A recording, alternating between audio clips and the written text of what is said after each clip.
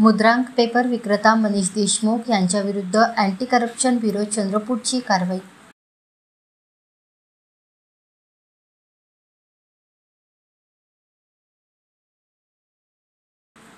Jalnagar ward Chandrapur येथील मुद्रांक stamp paper विक्रेता यांनी 2000 रुपयांच्या मुद्रांक स्टॅम्प पेपर्सवर लाच रक्कम मागणी करून स्वीकारल्याने अँटी करप्शन ब्युरो चंद्रपूर यांच्या पथकाने 31 ऑक्टोबर रोजी कारवाई केली।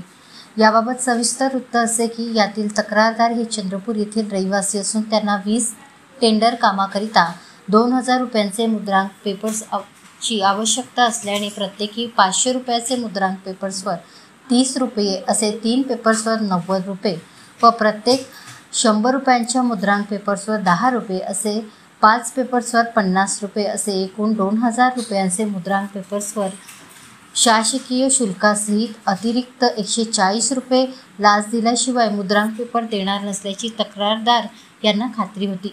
परंतु तक्रारदार यांना आरोपी मनीष देशमुख यांना लाच देण्याची इच्छा नसल्याने त्यांनी 30 ऑक्टोबर रोजी लाचलुचपत प्रतिबंधक विभाग कार्यालय चंद्रपूर येथे प्रत्यक्ष जाऊन तक्रार दिली।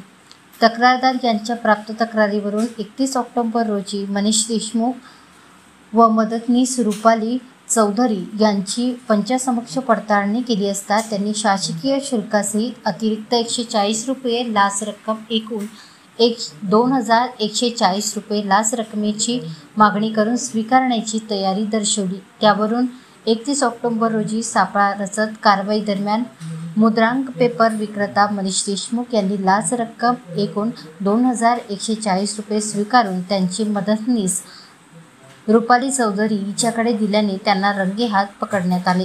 दोन्ही आरोपींना ताब्यात घेण्यात आले असून पुढील तपास कार्य सुरू आहे।